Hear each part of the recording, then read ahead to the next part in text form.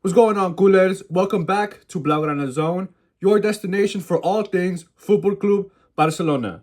Well, this weekend we had the game against Levante away. Absolutely incredible game. It really showed Barca's mentality. It showed that our players are not going to let themselves get down, even in a 2-0 hole, which we've seen before. It was very reminiscent of last year's game against Atletico Madrid. It was very reminiscent of the comeback against Benfica. We've completed so many comebacks, the one against Celta Vigo. So many comebacks, and I think our players have only gotten stronger after Ferran scored the second goal to bring us level. Araujo and Pedri were going just to show everybody like our head has to be in the game. And it's so true. Mentality is everything. So I'm gonna tell you guys a little bit about how that game went. So the way we lined up, we had Marcus Rashford starting, which was something that I was not expecting at all. At least not this early, right? We had Rashford starting alongside Rafinha. I'll give you guys the whole lineup right now. So at the striker, we had Ferran Torres. Then we had Marcus Rashford from left to right. Rashford, Rafinha, Lamine Yamal, Pedri, and Casado, who got the start, which was very interesting. They were our CDM pairs. And then from left to right, Balde, Cubarsi, Araujo, Eric Garcia. And then in the post, obviously, Joan Garcia. It was really interesting to me that Eric Garcia got the start over Kunde. I think that's how it's been running lately. And Kunde obviously has shown no problems with that. He just renewed with us till 2030. So clearly, there has to be some agreement where Eric will start some games. Kunde might start maybe mid-season, or he might start for Champions League, which is very good, like to stagger their minutes, as we don't want either one of them to be too hurt or to have too many miles on their legs. Obviously, I didn't like Araujo. Did not like Araujo in this game. I think the first goal could be attributed to Araujo not being in his spot where he's supposed to be. Because Kubarsi was left covering two areas, and what's he gonna do? Balde had a good game until he started to lose his head a little bit. He had that moment where he punched the ball in frustration and got a yellow, very unnecessary. Casado, like he had moments where he looked good, but he also had moments where I was like, bro, Frankie needs to come on right now. Yeah, we definitely were missing that kind of ball playing midfielder who like stays deep, Rashford didn't have that great of a game. He had moments where he was cutting in well. He had moments where he would beat his defender off the ball. But obviously it didn't bring goals, you know what I mean, or assists. It created some chances, sure, but nothing was falling in. There was an early Ferran chance that he had. I swear he was like 3 meters from the goal, and he rockets it upward and hits the post. And how many times have we seen that from Ferran? Like where it's such an easy finish and he can't do it. But the goal that he scored he was off balance, he was being pulled backwards, and he shot it like it was towards a left angle, but he shot it with his right foot. So it was just like so many things could have made that goal difficult to make, right? It could have been a miss, but he'll just find a way to bang those in. Keep them coming, obviously. Pedri is the one who ignited our comeback with that absolute screamer from way outside the box. He had tried that shot earlier in the game, and it wasn't looking good. So I was like, please don't try it again. Please don't try it again. But he did, and look, it went in. But what sealed the goal, sealed the win, I'm sorry, was Lamine Yamal's heroics towards the end of the game, which I think we're going to see that a lot this season because he's looking very confident on the ball, right? Like, he doesn't care if there's three defenders in front of him. He'll dribble past all three. And in the dying minutes of the game, right when they just added like 7 minutes extra time, he did this beautiful, like, I don't know if he was going towards goal or going for a pass, but like just this left angle that floated so nicely upward. And the dumbass defender, just because he didn't want to let Ferran get his head on it, he gets his head on it, and then it's an own goal. But I think that's just the trajectory of the ball. The ball was going there anyway, and the keeper was going to miss that.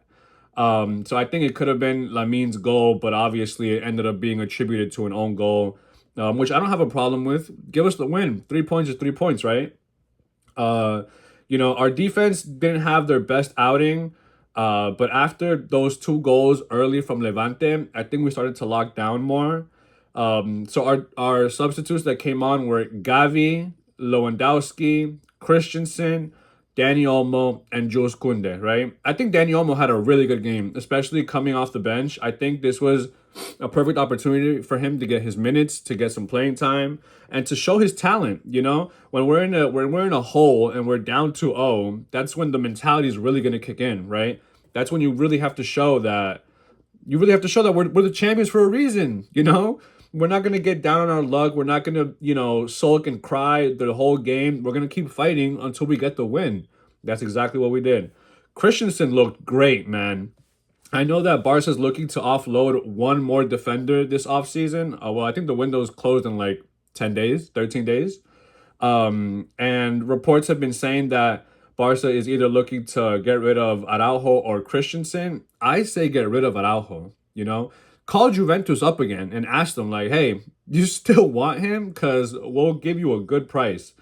Even though I think Christensen is older, I think Christensen is the more I trust him more. You know, he's the more trustworthy defender, in my opinion, between him and Araujo. But because of the age, the contract extension, how much money we're giving him, I think Araujo might end up staying, which would be heartbreaking because Christensen is a player that is going to give us maturity. He's going to give us composure.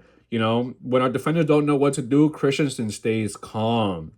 Have you seen Christensen, like, really lose a ball that easily? Like, he wins the ball back and he keeps it. It's crazy. His ball control is nuts. Jules Koundé came in, obviously, for Eric Garcia. I thought that he played great in the second half. You know, he was getting involved in our offense, which is something you love to see from our wingbacks. Lewandowski, he was looking rough. He was looking like he was coming back from an injury, right? We expect that. But, just because he had a monstrous season last year, I mean, I have high hopes for him. I don't think he'll bag almost 40 again, but, he has to be a little more sharp, right? Especially with Ferran playing the way he is. Like, he might not have the best plays all the time, but he's getting goals on the score sheet. So the person getting goals is the one who's going to start, respectfully. Gavi, man, Gavi played great.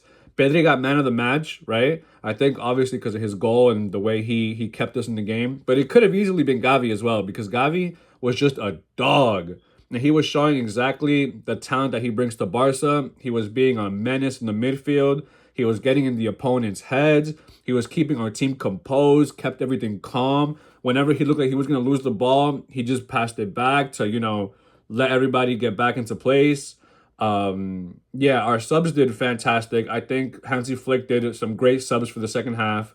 And, that first goal, like I said, I would attribute to Araujo not being in his spot, right? But that second goal, man, that penalty was bullshit. I'm sorry, excuse my language, but that penalty was absolutely bullshit. Because there's no way that the same ref, Hernandez, calling you out by your whole name, right? I don't even think his full name is Hernandez. There's something like Alejandro Hernandez, that same guy when in the Clásico, when Tchouaméni had his hand outward in front of him, that man said, no penalty, keep playing. But Balde had his hand coming towards his body while he's turning, and they call that a penalty. Like, at least be consistent with your calls, right? If one isn't a penalty, how is this one a penalty? I didn't like that at all. And I think if you show any unbiased fan those two images, they'll tell you which one was a clear handball. And that was just bullshit. The first goal, like I said, I attribute to Araujo. I don't really want to fault our back line for that because that's not really their fault. And I don't want to fault Joan Garcia either because the first goal, I thought that Kubarsi was going to have that blocked. But like I said, Araujo wasn't in his spot. The guy just got around and, slung it to the side where it was going to be impossible for Joan Garcia to block. The penalty, Joan Garcia went the right way. I think that the run from Romero into the penalty was just so unconventional that it threw him off. I'm not really going to fault Joan Garcia for that. I think that if those two things don't happen, we have an easy 3-0 victory. But Levante gave us a fight, and all props to them. There were some moments I saw on Twitter where fans were saying that Lamine was being arrogant, that, you know, he like grabbed his balls because some fans were chanting things to him. And I don't blame him, bro. He's 18. Like how long has it been that an 18-year-old was held under a microscope and had all his actions judged on TV, on think pieces, on articles? Like the last time a teenager was judged like that was LeBron James. And it makes sense now why Lamine is doing this. He's saying, crown me. I'm the LeBron of this shit. And he's absolutely right. Because all the rival fans, they just go to chant to Lamine. They're so bothered by the greatness of an 18-year-old that they gotta chant Puta Lamine, Lamine Mono, spit at him, middle fingers to him. And so what? He grabbed his ball. He said, yo, suck on these. You know what I'm saying? And I appreciate that because we've had so many legendary players who have been calm, who've been nice. Messi, who let fucking Sergio Ramos stomp on his hand, he let Pepe just push him around on the field, whoever, you know, and he just plays through it happily. He smiles. Ronaldinho had to deal with the same stuff, you know, and he just smiled in their faces because nothing gets them more mad than seeing your joy, you know, and Lamine knows that. But obviously, once in a while or twice, he'll slip up and be like, hey, suck my fucking dick. And I don't hate that. I don't hate that at all. I think that he has to show that, you know, you're not going to get into my head just because I'm 18, right? And he's still playing amazing. Yeah, I love the showing from this group. I love that our mentality did not die out, even though it very well could have. After you go into a 2-0 hole at halftime and the ref is making these kind of questionable decisions, it's easy to be like, bro, pack it up. Like, we're not going to get these points. But it's early, still early in the season. We got our 3 points. We move on to the next week. I think next week's game is also going to be away. Because I think our first 4 games are away. It'll be against Rayo Vallecano, right? Rayo have been a pretty good team so far, unexpectedly, really. They played against Girona. They won 3-1. And then, Europa Conference League, they won as well. Rayo has been playing good games, man. And I think that seeing them at home is going to be...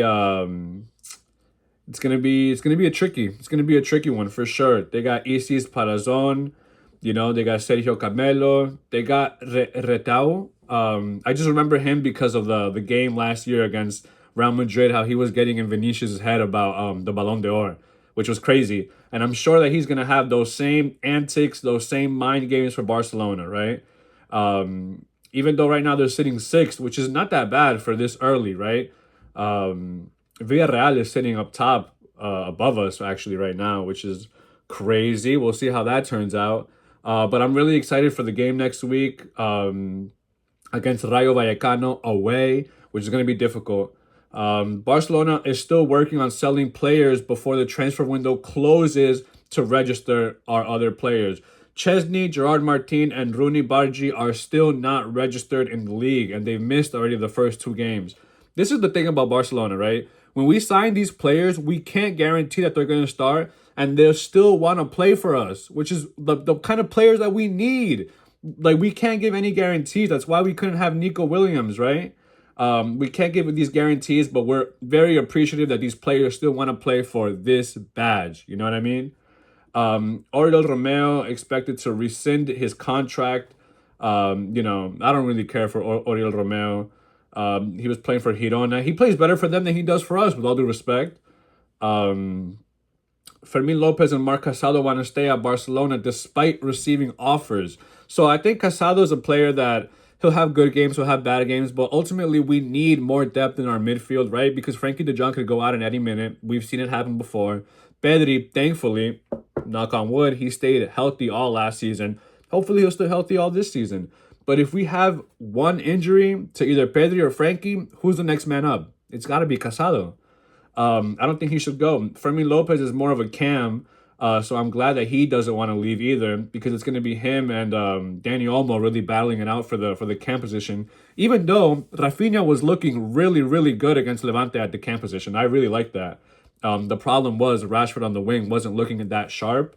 But, you know, this is a new league for him. Give him some space, right? There's going to be a little bit of a learning curve.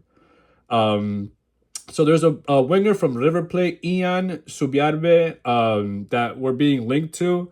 You know, with this whole, there's such an influx of young wingers on the market right now, and we really are looking thin in the back line. So I don't really agree with the fact that we're looking at wingers. I think if anything, we need to be looking at some center backs. Even though it was already said by Laporta and Hansi Flick, no unexpected signings will be planned, right? But I guess that's the point. It's an unexpected signing. If we do sign anybody, I think it'll be one of those things where Fabrizio doesn't know about it, no clubs report about it, there's no leaks. We're just gonna come out and say it, right? Which, if that does happen, like I said, I hope it's a center back. You know, let me know what you guys think. Do you think we need any more players? Do you think we're good with this squad? Are you guys happy with the squad right now? I think that we can definitely benefit from at least one center back, one young center back, right? To also, nurture their skills like we're doing with Pau Cubarsi, right? Like we've been doing with Pau Cubarsi, really. And offload Araujo. What do you guys think? Should we offload Araujo or Andreas Christensen? I say offload Araujo. But because of the relationship that he has with the club and Christensen doesn't really get much minutes, it might be Christensen to get sold, but I'm really praying that it's Araujo. I don't like Araujo. I'm not a fan. I was never really a big fan. Because we need to get rid of some people to register Chesney, Martin, and Rooney Bargi, right? Yeah, it just makes me sad that we can't have our players, like, we can't give them guarantees. It's anyone's dream to play for this club, obviously. And, these players gotta realize their dreams now. They're in prime playing age right now, even though Chesney just came out of retirement to play for us. But that's been all the news lately for FC Barcelona. Thank you guys so much for tuning in. Like, comment, subscribe. Get in those comments. Let me know what you guys think about, the people that need to be sold. If anyone should need to be sold, you think we need to buy anybody, and who should we buy? Let me know in those comments. Thank you so much for tuning in to BlaugranaZone y Visca el Barça.